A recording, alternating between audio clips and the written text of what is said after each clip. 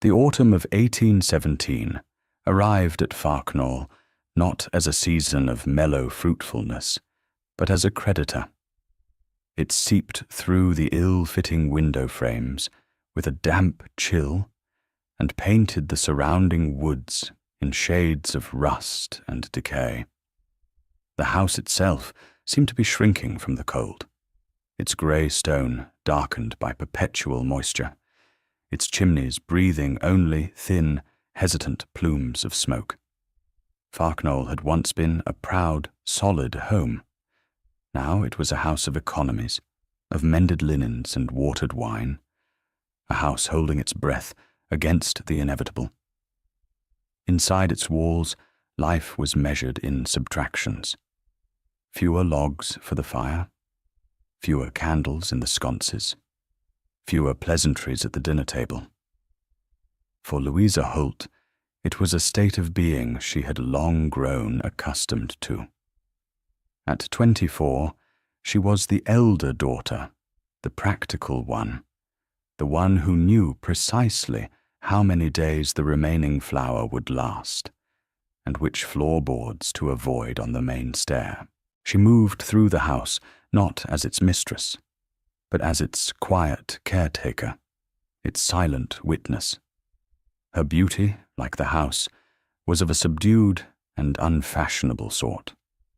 Where her younger sister Henriette was all vibrant colour and dazzling light, a confection of blonde curls and brilliant blue eyes, Louisa was muted tones. Her hair was the deep brown of wet earth, her eyes a shifting hazel green, and her gowns were the soft greys and lavenders of twilight. They were gowns that had once belonged to her mother, cleverly refitted by her own hand. Henriette called them mouse colours. Louisa thought of them as the colours of survival. The morning the letter arrived was no different from any other. A sharp wind rattled the panes of the breakfast room. Her father, Sir Alistair Holt, sat staring into his empty teacup, as if searching for a future in the dregs. Her mother fluttered nervously, rearranging the few pieces of toast on the platter, while Henriette, radiant even in a state of peevish boredom, tapped a perfectly manicured finger against the damask tablecloth. "It is simply too dreary," Henriette announced to no one in particular. "Another day of this endless rain. If we do not get to London for the season, I shall positively wither away." Sir Alistair flinched. The London season was a fantasy, a ghost of a life they could no longer afford. Every mention of it was another turn of the screw. It was then that the butler, old Thomas, entered, his gait slower than ever. He carried a single letter on a silver tray that had not been polished in a month. He presented it to Sir Alistair. The breaking of the seal was a sound unnaturally loud in the tense quiet. Sir Alistair's eyes scanned the page. His face, usually a mask of weary defeat, underwent a strange transformation. A flicker of disbelief, a flush of high colour, then a look so close to hope it was terrifying. "My word," he breathed. He looked up, his gaze unfocused, as if seeing them all for the first time. "My word." "Father? What is it?" his wife asked, her voice trembling. "Velmore," he said, the name a strange, foreign object in the room. "The Duke of Velmore." Henriette sat up straight. The boredom fell away from her like a dropped cloak. The Duke of Velmore was a name of almost mythical power. Unmarried, impossibly wealthy, and reclusive to the point of legend. He owned vast tracts of the north, mines that bled silver, and a title that dripped history. "What about him?" Henriette demanded, her voice sharp with sudden, keen interest. Sir Alistair read from the letter, his voice shaking. His Grace's man of business proposes a contract to settle all outstanding debts. He swallowed hard. In exchange for a marriage to my daughter. The room fell silent. Louisa felt the air grow thin. A marriage, a transaction, a daughter for a pile of gold. Henriette let out a little laugh, a sound of pure, unadulterated triumph. "Well," she said, smoothing her gown, "it seems my prayers have been answered. A duke." She looked at her reflection in the back of a silver spoon, tilting her head. "The Duchess of Velmore. It has a certain ring to it, does it not?"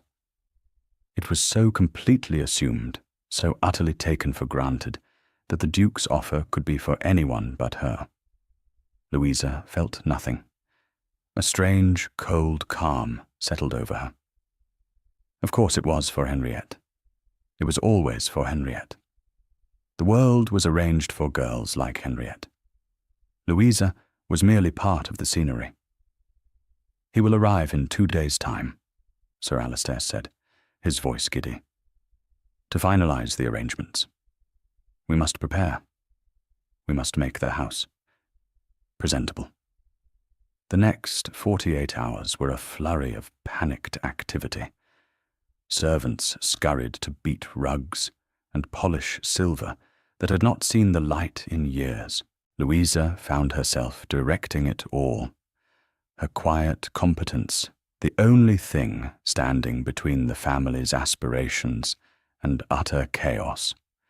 She organized the menus, aired the linens for the guest suite, and instructed the gardener on which of the wilting flowers to cut for the vases. Through it all, Henriette drifted about, issuing contradictory orders and complaining about the shabbiness of everything, already practicing the airs of a duchess. Louisa did not begrudge her. She did not feel envy. What she felt was a profound weariness, the weight of a life spent being useful but never seen. She was the sturdy scaffolding that allowed the beautiful facade to stand. Soon, the scaffolding would no longer be needed. And what would become of her then? A spinster aunt, living on the charity of her sister's ducal husband. It was a bleak picture. She pushed it away. There was work to be done. 200 miles away, Jonathan, the 6th Duke of Velmore, stood in his solicitor's office in London and felt the walls closing in. The letter from Sir Alistair Holt, a fawning, near-hysterical acceptance, lay on the desk between them. "It is done, Your Grace," Mr. Atherton said, his tone carefully neutral. "The preliminary contract is accepted. Sir Alistair will be a solvent man, and you will have your dowry." Jonathan did not look at him. He stared out the window at the grey London street. The dowry. £20,000. A fortune. And it would be a mere drop in the bucket. Enough to pay the men at the Tynedale mine for another 6 months. Enough to shore up the most pressing debts. Enough to buy him a little more time before the great gilded house of Velmore collapsed into a pile of rubble. His father, the 5th Duke, had been a man of grand appetites and foolish investments. The son had inherited the title, the lands, the history, and the rot beneath it all. Jonathan had spent the last 5 years since his father's death in a silent, desperate battle to hold it all together. He had sold off properties, curtailed every expense, and worked like a common clerk, earning him the reputation of a cold, miserly recluse. He did not care. All he cared about was saving his legacy, saving the livelihoods of the thousands of tenants and workers who depended on the estate.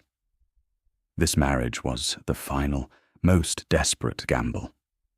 a baronet's daughter from a down-at-heel family in the middle of nowhere. Mr. Atherton had found them. Sir Alistair Holt was drowning in debt, and he had a daughter of marriageable age. A Miss Holt. The dowry was her inheritance from a maternal grandmother, tied up so her father could not touch it. Until she married. Jonathan despised it. He despised the necessity, the transaction. He despised the idea of this girl, this Miss Holt. In his mind, she was already a caricature, a grasping, ambitious country miss, her head filled with dreams of a coronet, pushed forward by a desperate father.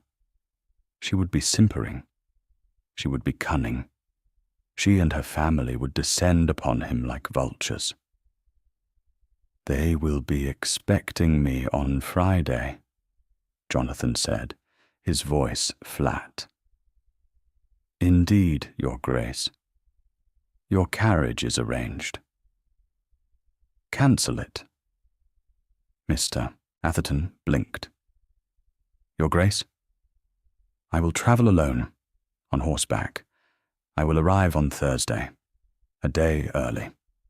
He turned from the window, and his grey eyes were hard as granite. "I will not be announced. I want to see this family as they are, not as they wish to appear." The solicitor looked alarmed. "Your Grace, that is highly unorthodox. To what end?" "To the end of truth, Atherton," the Duke said sharply. "I am about to sell my name and my future. I will not do it blind. I will see for myself what manner of trap I am walking into." And so, late on a drizzly Thursday afternoon, it was not a grand ducal carriage that rolled up the drive to Farknowle, but a lone rider on a powerful black horse. He was dressed not in the fine wools of a duke, but in the sturdy, plain garb of a travelling man. His coat was splattered with mud, his boots worn. He looked more like a groom looking for work than a peer of the realm come to claim a bride. He did not approach the front door. He circled around to the back, towards the stables, leading his horse. The air smelled of wet leaves and horse manure. A boy ran out, eyes wide at the sight of the magnificent animal. "Take him," Jonathan said, his voice a low command. "Rub him down and give him a good feed. I am here on business for the Duke." The boy nodded, intimidated. Jonathan moved away from the stables, keeping to the shadows of a yew hedge.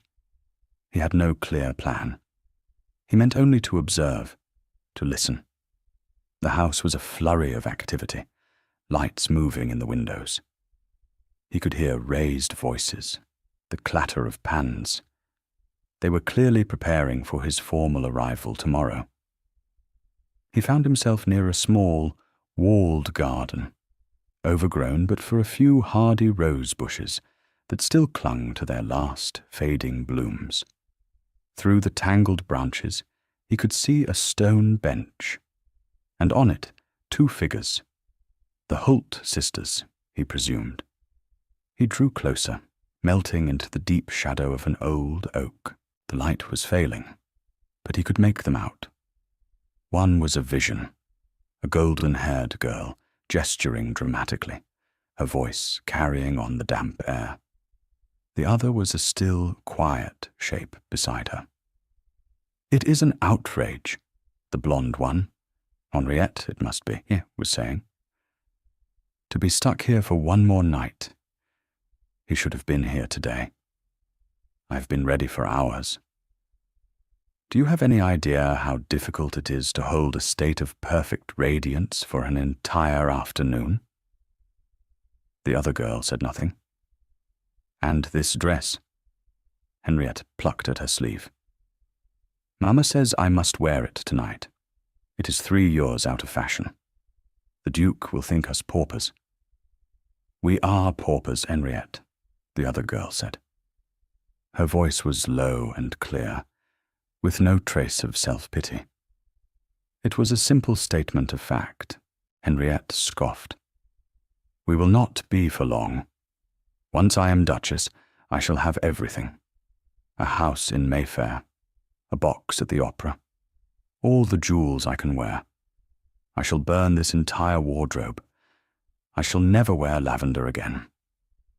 Jonathan felt a grim satisfaction. This was exactly what he had expected. Vapid, greedy, and utterly self-absorbed. This was the girl he was to marry.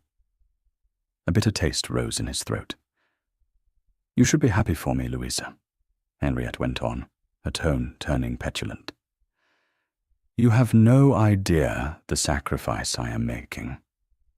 Tying myself to some dreary old duke I have never even met. Louisa. So the quiet one was Louisa." "He is said to be very wealthy," Louisa murmured. "He had better be," Henriette snapped. "It is the only thing that could make him tolerable. They say he is as cold as a tomb and as silent as a stone. Probably ancient and wrinkled, too.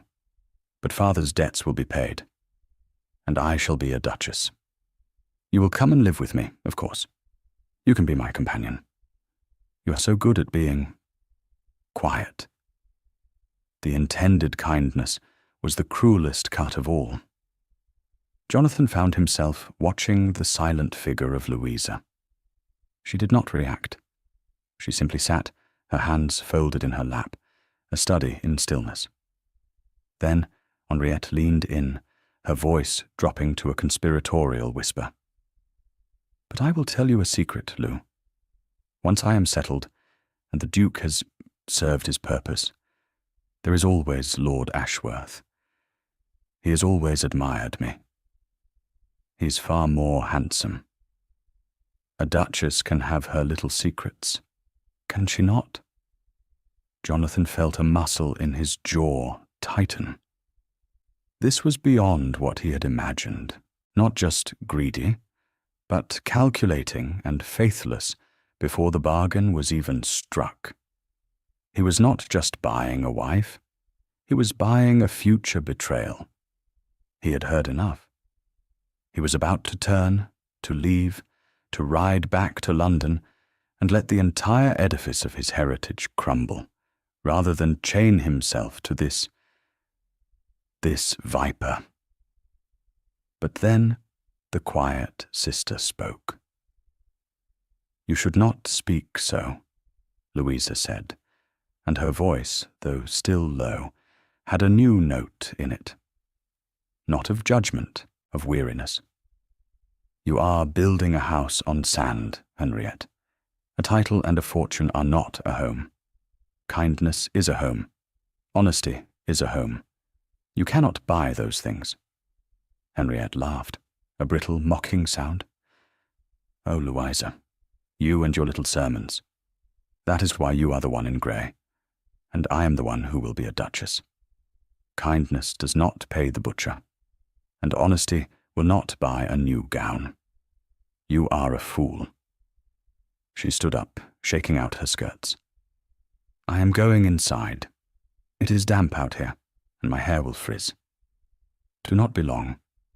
You are needed to help me dress for dinner." She swept away, a whirlwind of pink silk and self-importance, leaving her sister alone on the bench. Jonathan remained frozen in the shadows.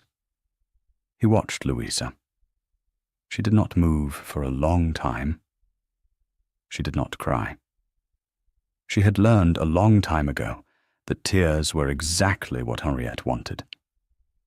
She simply sat, her shoulders slumped just so, the perfect picture of quiet defeat.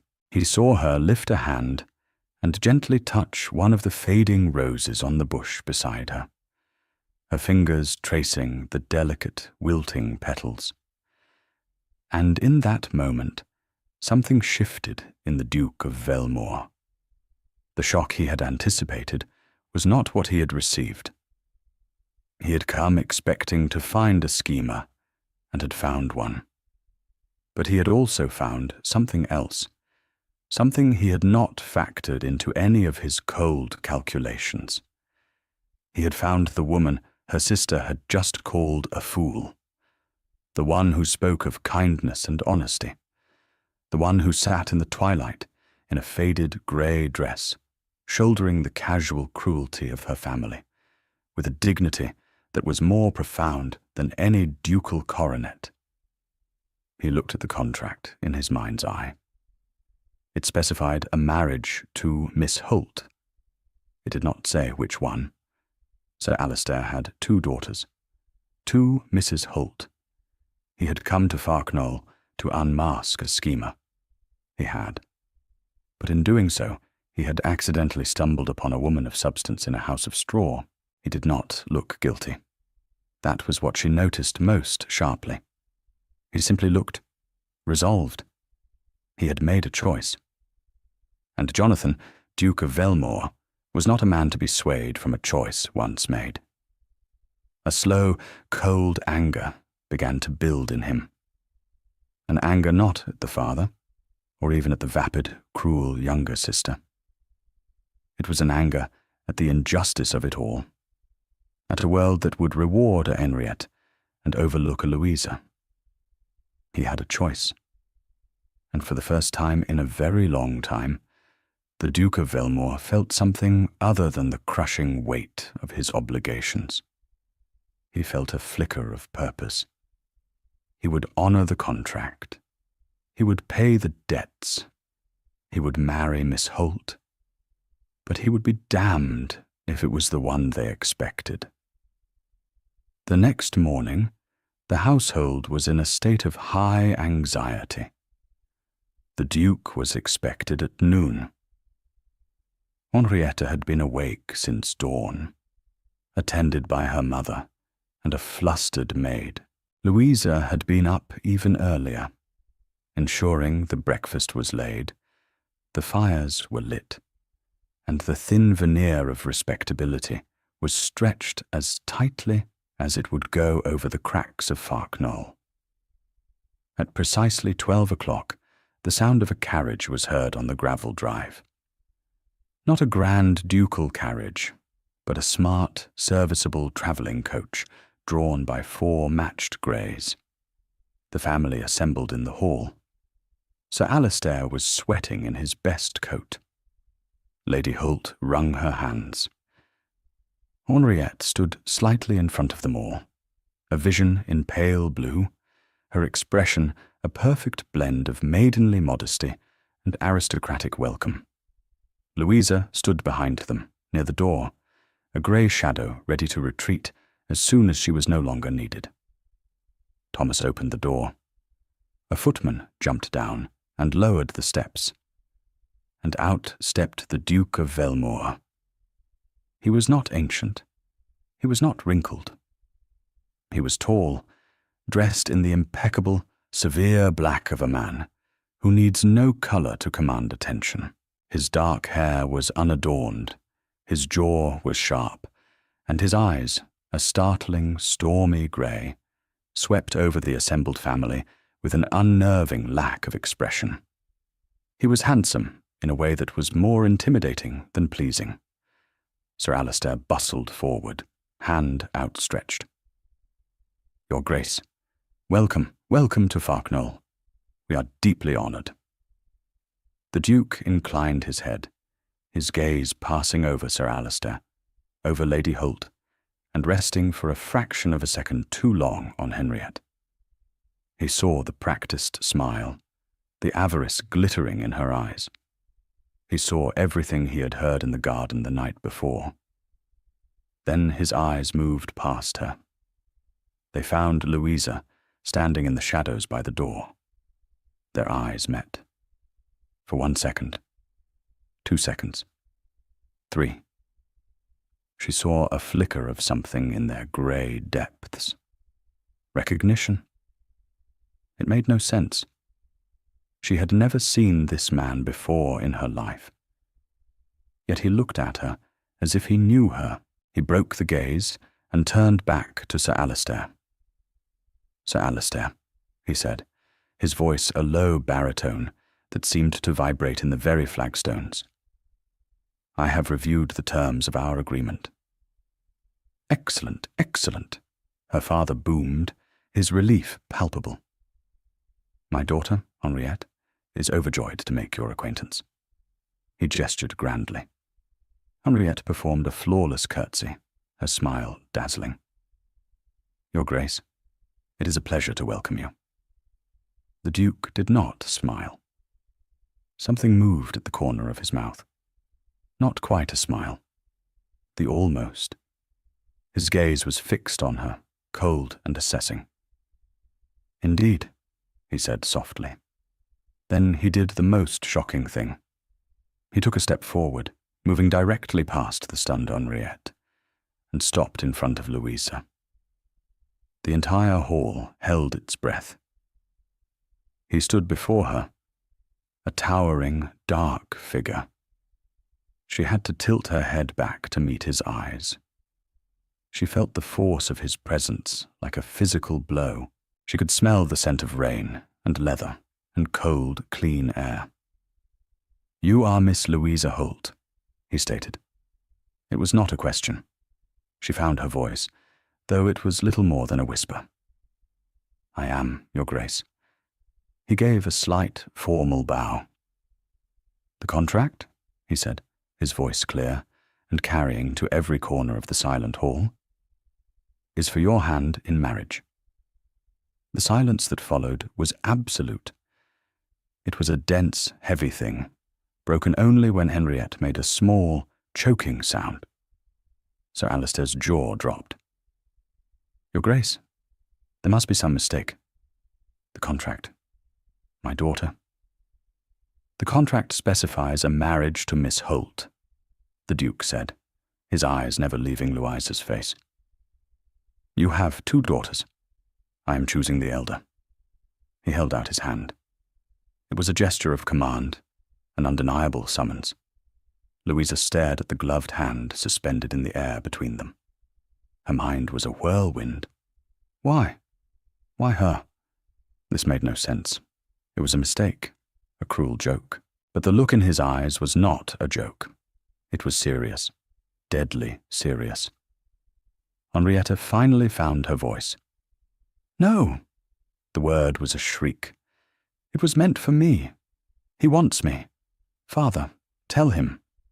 "Your Grace, my daughter Henriette is the beauty of the county," Lady Holt pleaded, rushing forward.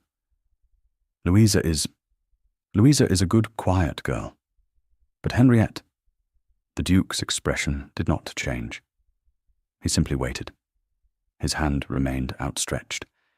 It was a test, a choice. He was offering her a way out of the shadows. But what was she walking into? A gilded cage? A life with this cold, unreadable man? She looked at her family. She saw the shock and fury on Henriette's face, the craven panic on her father's, the weeping confusion on her mother's. They were not looking at her. They were looking at the prize that had just been snatched away. For the first time, she saw them clearly. She had been a tool, a prop, a functionary in their lives. And now she was an obstacle. She looked back at the Duke. He was still waiting. His grey eyes held a question. "What will you do?" And in that moment, Louisa Holt made a choice. Not for the money, not for the title, but for herself. She was so tired of being invisible. This man, for whatever reason, saw her. Slowly, deliberately, she lifted her chin. She put her small, work-roughened hand into his. His fingers closed around hers, strong and warm. "I accept, Your Grace," she said, her voice quiet but firm. And the world tilted on its axis. The days that followed were a blur of bewildered chaos. Henriette had retired to her room in a storm of hysterics, her sobs and accusations echoing through the house.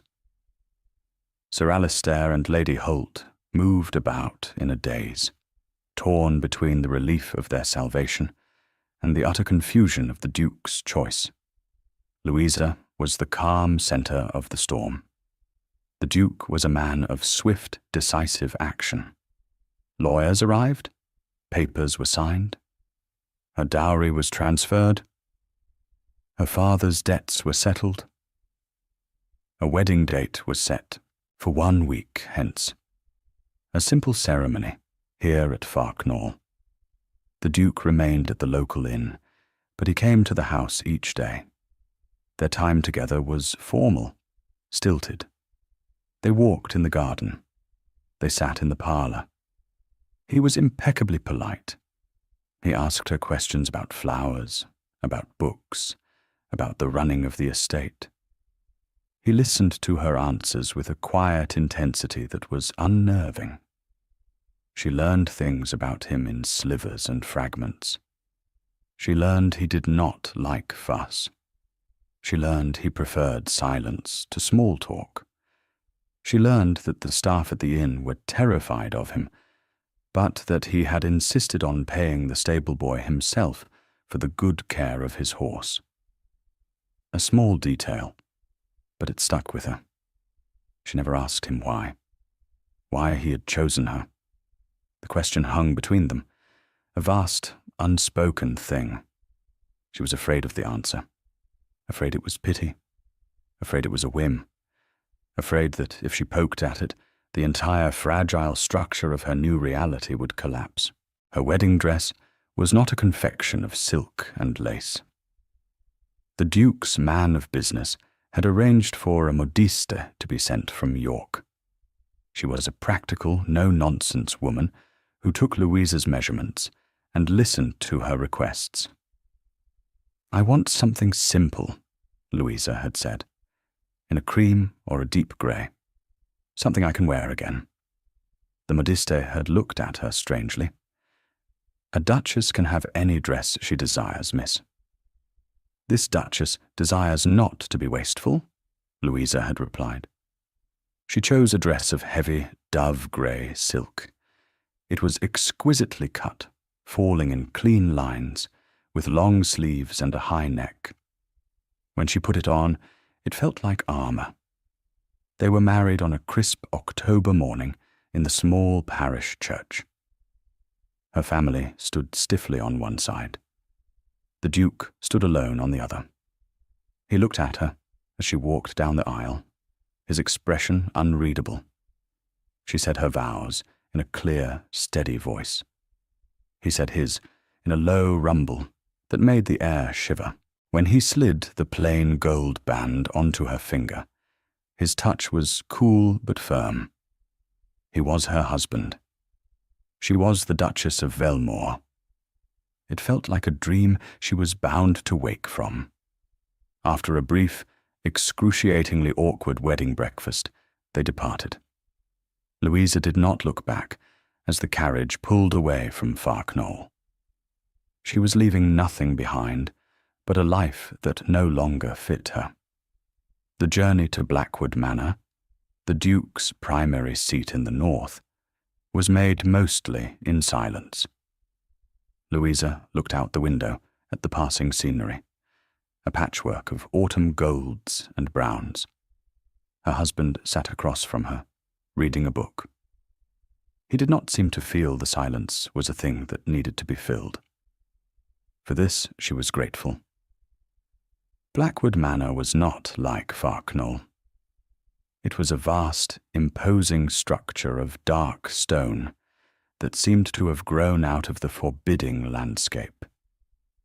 It was magnificent, but it was not welcoming. It was a fortress. The staff lined up to greet them, headed by a formidable housekeeper, Mrs. Graves.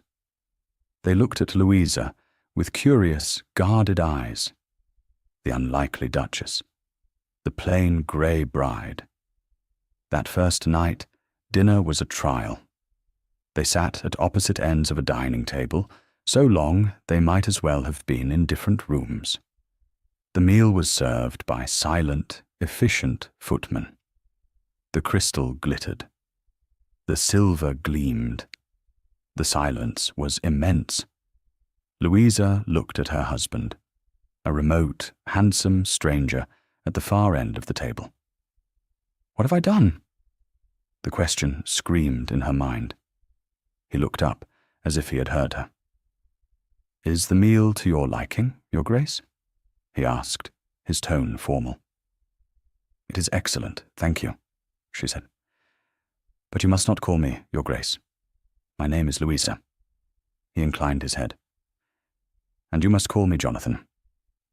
It was the first crack in the formal facade. A very small one, but it was a start. Later, Mrs. Graves showed her to her rooms. A suite of rooms, in fact. A beautiful sitting room, a dressing room, and a vast, cold bedroom, with a canopied bed big enough for 4 people. It was connected by a door to an adjoining suite. His, she presumed. The door was closed.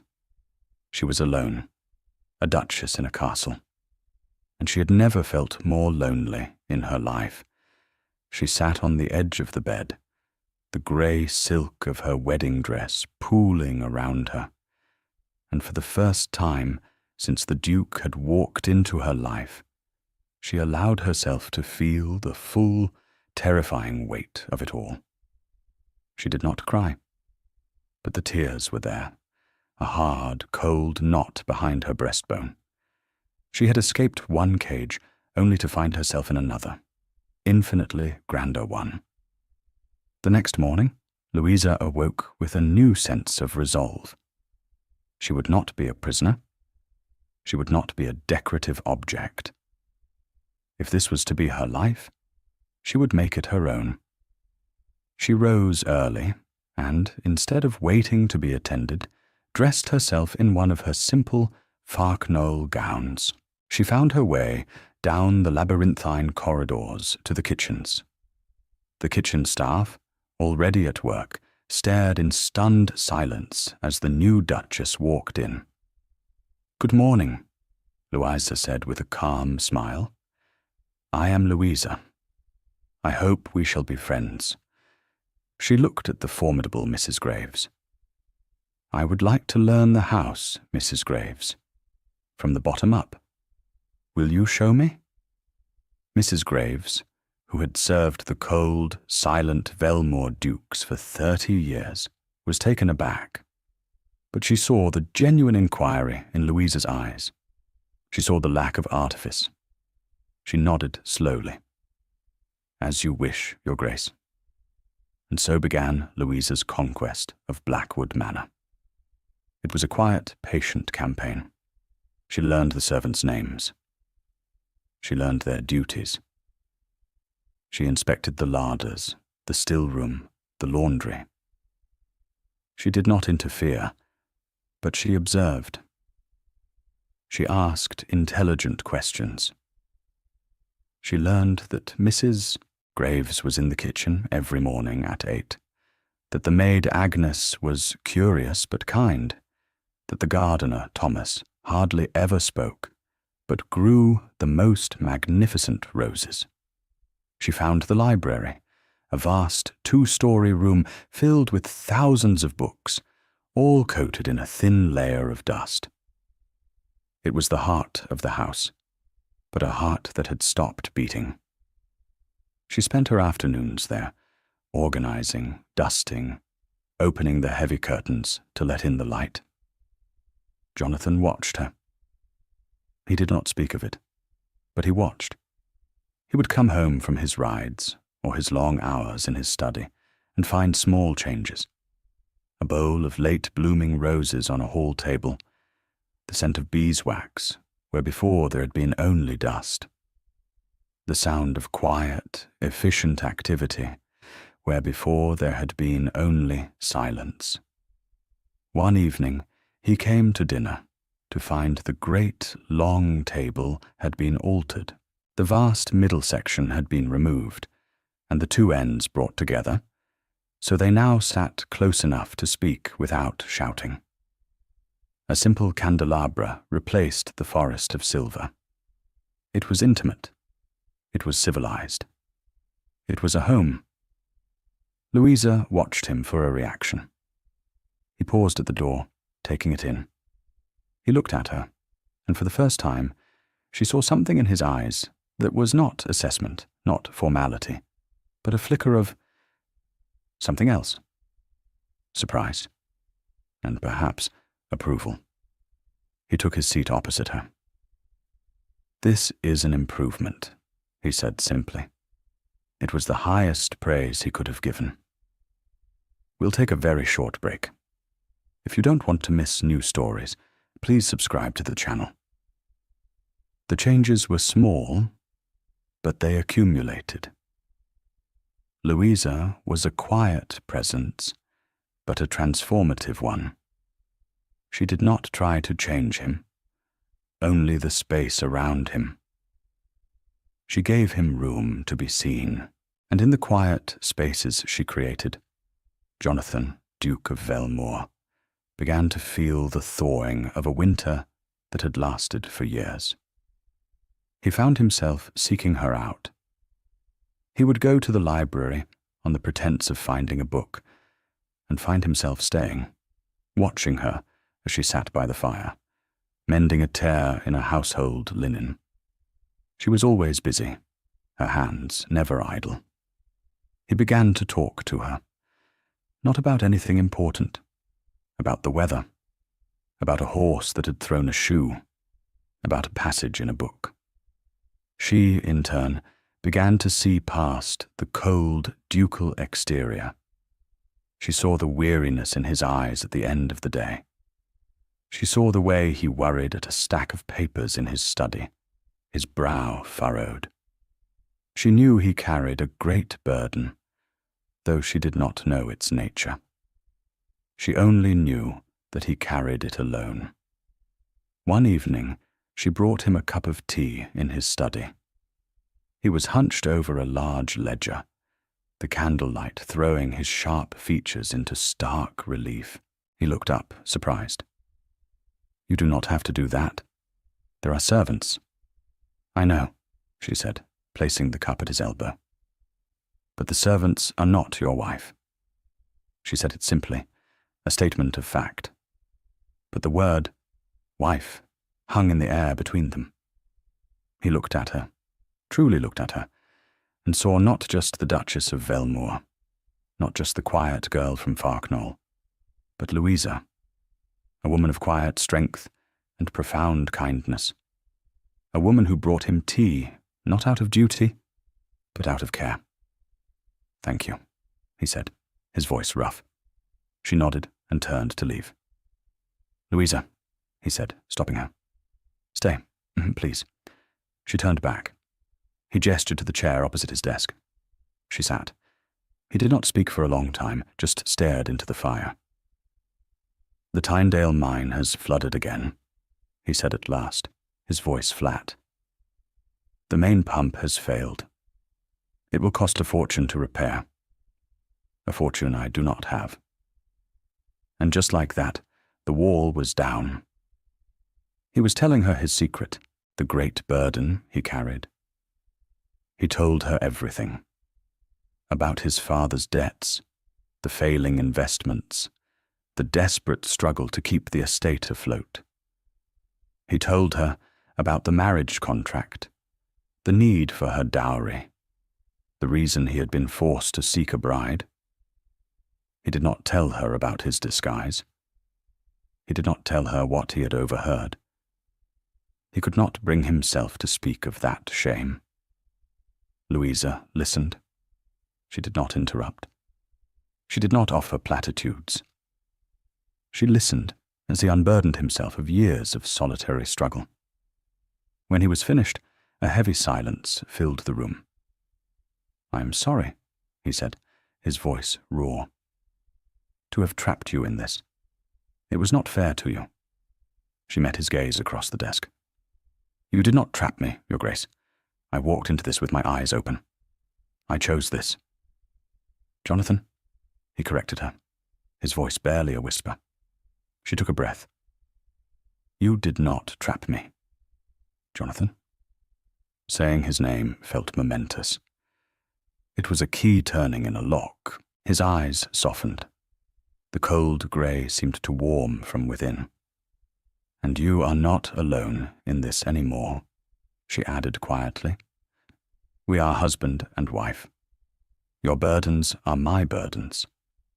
He looked at her, at this woman who he had married for money, this woman he had plucked from obscurity on a whim, an instinct. And he realized that in his desperate search for a solution to his financial ruin, he had accidentally found the one thing he had never known he needed: a partner, an ally, a friend. The move to London for the season was Jonathan's decision. He hated the city, but it was a necessary evil. Business had to be conducted, appearances maintained. The world could not know the Duke of Velmore was on the brink of ruin. For Louisa, London was a new and bewildering world.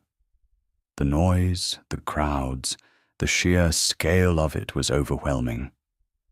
Their townhouse in Grosvenor Square was a palace of gilt and mirrors.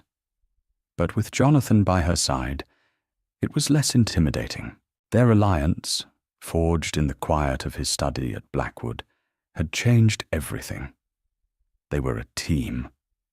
Society, however, was not so easily won over. The Tun was abuzz with curiosity about the recluse Duke's new wife. The story of his choice had preceded them, the country mouse who had somehow trapped the lion.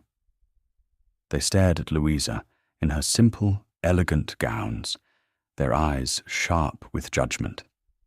They whispered behind their fans. Louisa met their stares with quiet dignity. She was polite, she was poised, but she did not court them. She had her husband's respect. That was all that mattered. Jonathan was her shield. He stood by her side at every ball and soirée, his very presence a warning to the gossips. He was fiercely protective, a fact that did not go unnoticed. The cold, aloof Duke seemed to have been thawed by his plain little wife. It was a source of endless speculation. Then Henriette arrived. She appeared one afternoon in their drawing-room, unannounced and uninvited, having attached herself to the party of a distant cousin. She was more beautiful than ever, dressed in the height of fashion. "Louisa, darling," she cried, rushing to embrace her. "And your Grace, I have come to see how you are getting on." Her eyes swept the room, taking in the opulent surroundings with a greedy gleam. She had come to claim what she believed was rightfully hers. Her campaign was subtle at first. She was all sweetness and light to Louisa's face, full of praise for her good fortune. But behind her back, she planted seeds of poison. She told tales of Louisa's plainness, her strangeness, her unsuitability. She hinted that Louisa must have used some trick, some form of blackmail to trap the Duke. Poor Louisa, she would sigh to a circle of rapt listeners. She was always so odd, never interested in parties or gowns, always hiding in corners. It is a miracle the Duke even noticed her. One does wonder what hold she has over him. Louisa felt the chill in the air. Invitations became fewer. The whispers grew louder. She tried to ignore it, but it was like being slowly poisoned. Jonathan was furious. "I will send her away," he growled, after finding Louisa looking pale and strained after an afternoon of Henriette's visiting. "No," Louisa said, her voice firm. "That is what she wants. For you to act the tyrant, for me to act the victim. We will do neither. We will simply be." But Henriette was not content with whispers. She needed a public victory. She needed to humiliate Louisa and expose her as an unworthy usurper. And she knew just the place to do it. The Duke's great-aunt, Lady Mariella was a doyenne of society. An invitation to her annual ball was the most coveted of the season. Lady Mariella was a formidable old woman, with eyes that missed nothing. She had watched the new Duke and Duchess with keen interest. She had invited them to tea, and had spent an hour talking to Louisa, not about fashion or gossip, but about Italian painters and the challenges of managing a large estate. At the end of the visit, she had patted Louisa's hand. "You'll do," she had said gruffly. "The boy needs a backbone in his life. He's chosen well." The ball was to be the pinnacle of the season, and Henriette, through sheer manipulative force of will, had secured an invitation. She had a new gown of shimmering gold. She had a plan. She had found what she believed was the perfect weapon. A young, handsome, and deeply indebted lieutenant who had once paid Louisa some mild attention back in the country. A few whispered promises, a hint of a paid gambling debt, and the lieutenant was hers to command. The night of the ball arrived. Louisa dressed with care. Jonathan had commissioned a new gown for her, without her knowledge. It was not grey. It was the deep, rich green of a forest moss, a colour that made her hazel eyes shine like jewels. It was simply cut, but the fabric was a heavy, lustrous velvet that fell in graceful folds. When she came down the stairs, Jonathan was waiting. He stopped breathing for a moment.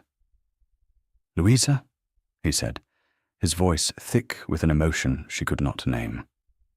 "You are beautiful." It was the first time he had ever said it. It warmed her more than any fire. Lady Mariella's ballroom was a galaxy of glittering chandeliers and sparkling diamonds. The air was thick with perfume and gossip. When the Duke and Duchess of Velmoor were announced, a hush fell. All eyes were on them, on the cold Duke and his controversial bride. Louisa held her head high. With Jonathan's hand at her elbow, she felt she could face anything. They danced. For the first time, they moved together, not as two separate entities, but as one. His hand was firm at her waist. Her hand rested on his shoulder. They moved through the steps of the waltz, the rest of the world falling away. In the circle of his arms, she was safe. She was home. But the world did not stay away for long. Henriette was watching, her eyes narrowed. She chose her moment perfectly. During a lull in the music, as people stood in small groups, she approached, the young lieutenant in tow. Her voice, though pitched to sound concerned, carried through the room. "Oh, Louisa," she cried, loud enough for all to hear. "I am so glad to see you looking so well. And you too, Lieutenant Croft. How lovely to see old friends reunited here in London." The lieutenant, a callow youth with panicked eyes, gave a stiff bow. He looked at Louisa, then quickly away, a flush of shame on his cheeks. The implication was clear.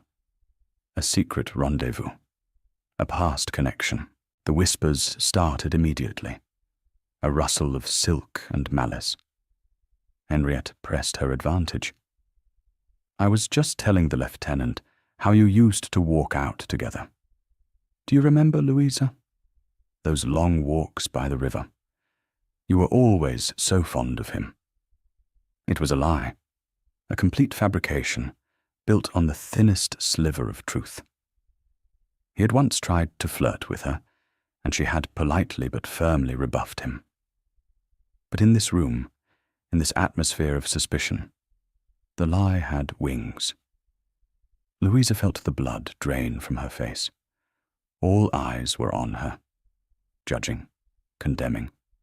She felt the familiar chill of being misunderstood, of being cast as something she was not.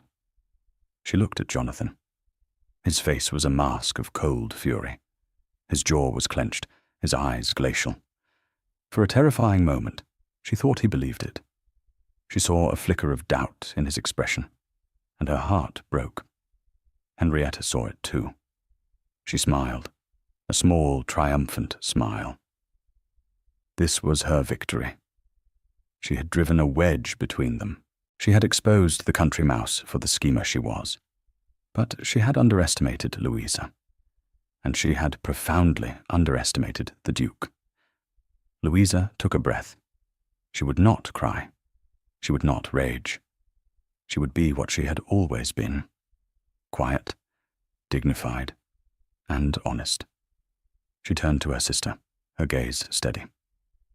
"Henriette," she said, her voice not loud, but carrying a sudden authority that cut through the whispers. "You are mistaken. The lieutenant and I were barely acquainted. And you know that perfectly well." "Oh, Louisa, your memory must be failing," Henriette said with a tinkling, false laugh. "Why, I remember you writing his name in your journal." This was the final, fatal overreach. Before Louisa could even deny it, Jonathan stepped forward. He did not raise his voice. He did not need to. The cold fury emanating from him was enough to silence the entire room. He looked not at Louisa, but at Henriette. His grey eyes were not just cold now. They were lethal. "My wife does not lie," he said. The words were stones dropped into a frozen pool. "And she does not keep a journal. She is far too practical for such sentimentalities." He then turned his gaze on the trembling lieutenant. "Lieutenant Croft, a word of advice. When you choose to sell your honor, I suggest you ask for a higher price. The promissory note for your gambling debts, which I now hold, was for a paltry £500. Your reputation, it seems, is worth even less."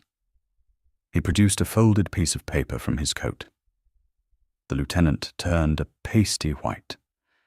A collective gasp went through the ballroom. Jonathan was not finished. He turned back to Henriette, who now stood frozen, the colour draining from her face. "And you, Miss Holt," he said, his voice laced with ice. "You speak of my wife's past. Perhaps we should speak of yours." He paused for 1 second. 2 seconds. The silence was deafening. "I was at Farknol a day before I was expected. I was in the garden.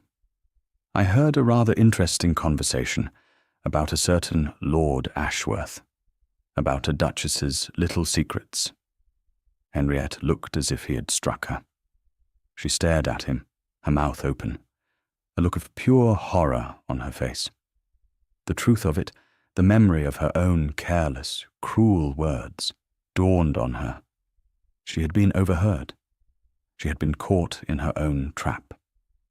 "I chose my wife, Miss Holt," Jonathan continued, his voice dropping to a near whisper, yet heard by everyone. "I chose her not for her beauty, though she is the most beautiful woman in this room. I chose her not for her connections, for she had none. I chose her for her character, for her honesty, for her kindness, for a quiet dignity you could not comprehend in 1,000 years." He turned to Louisa, his eyes no longer cold, but blazing with a fierce, protective love. He took her hand and raised it to his lips. "I chose her because she is the finest woman I have ever known," he declared to the silent, watching room. "She is my Duchess, and I would thank you all to remember that." It was done. The route was absolute. Henriette stood for a moment, exposed and defeated. The whispers now were not about Louisa. They were about her. She saw the scorn, the pity, the schadenfreude on the faces around her. With a choked sob, She turned and fled the ballroom. The antagonist's defeat was not entirely satisfying. It was also sad. Louisa looked at her sister's retreating back and felt a pang of pity for the girl who had been taught that her face was her only currency and had just discovered it was worthless. Lady Mariella came forward, tapping her cane. "Well," she said loudly. "That's that, then. The music seems to have stopped. Someone play a waltz, for heaven's sake. The Duke and his Duchess wished to dance." And as the music swelled, Jonathan turned to Louisa. He pulled her into his arms, into the center of the floor. "I'm sorry," he murmured, his lips against her hair. "I'm sorry you ever had to doubt." "I didn't," she whispered back, her heart so full she thought it might burst. "Not really." "I love you, Louisa," he said, the words he had never said, the words she had never dared to hope for. "I think I have from the moment I saw you on that bench, being brave in the dark." "And I love you, Jonathan," she replied, looking up at him, her eyes shining with tears she no longer had to hold back. They were not tears of sorrow, but of a joy so profound it was almost painful. They waltzed, and the entire world seemed to hold its breath, watching as the cold Duke and his quiet Duchess finally, truly found each other. Epilogue 1 year later. The autumn sunlight that slanted through the tall windows of the Blackwood Library was warm and golden. It illuminated the dust motes dancing in the air, and fell across a room that was utterly transformed. The books were organized, the brass polished, the furniture grouped into comfortable, inviting arrangements. The heart of the house was beating strong and steady. Louisa sat in a comfortable armchair by the fire, a book forgotten in her lap. She was watching her husband. Jonathan was on the floor, a place she never would have imagined seeing him a year ago, patiently showing a carved wooden bird to a small, gurgling baby with a fluff of dark hair and familiar, stormy grey eyes. The Tynedale mine had not been lost. Louisa, with her practical mind and experience of making much from little, had spent hours poring over the estate accounts and maps with Jonathan. It was she who had noticed the old, forgotten drainage adit on a survey from the 17th century. It was her suggestion to clear and reopen it, a far cheaper solution than replacing the failed modern pump that had saved the mine, and, with it, the estate. Jonathan had called her his clever, practical Duchess. The tenants just called her a miracle. Farknowle had been sold. Sir Alistair and Lady Holt had retired to a small cottage in Bath, where they lived in reduced but solvent circumstances. Henriette had married a wealthy merchant twice her age. It was said she had a fine house and many gowns, but that she never smiled. There was a soft footstep, and Mrs. Graves entered, carrying a tea tray. She smiled warmly at the domestic scene.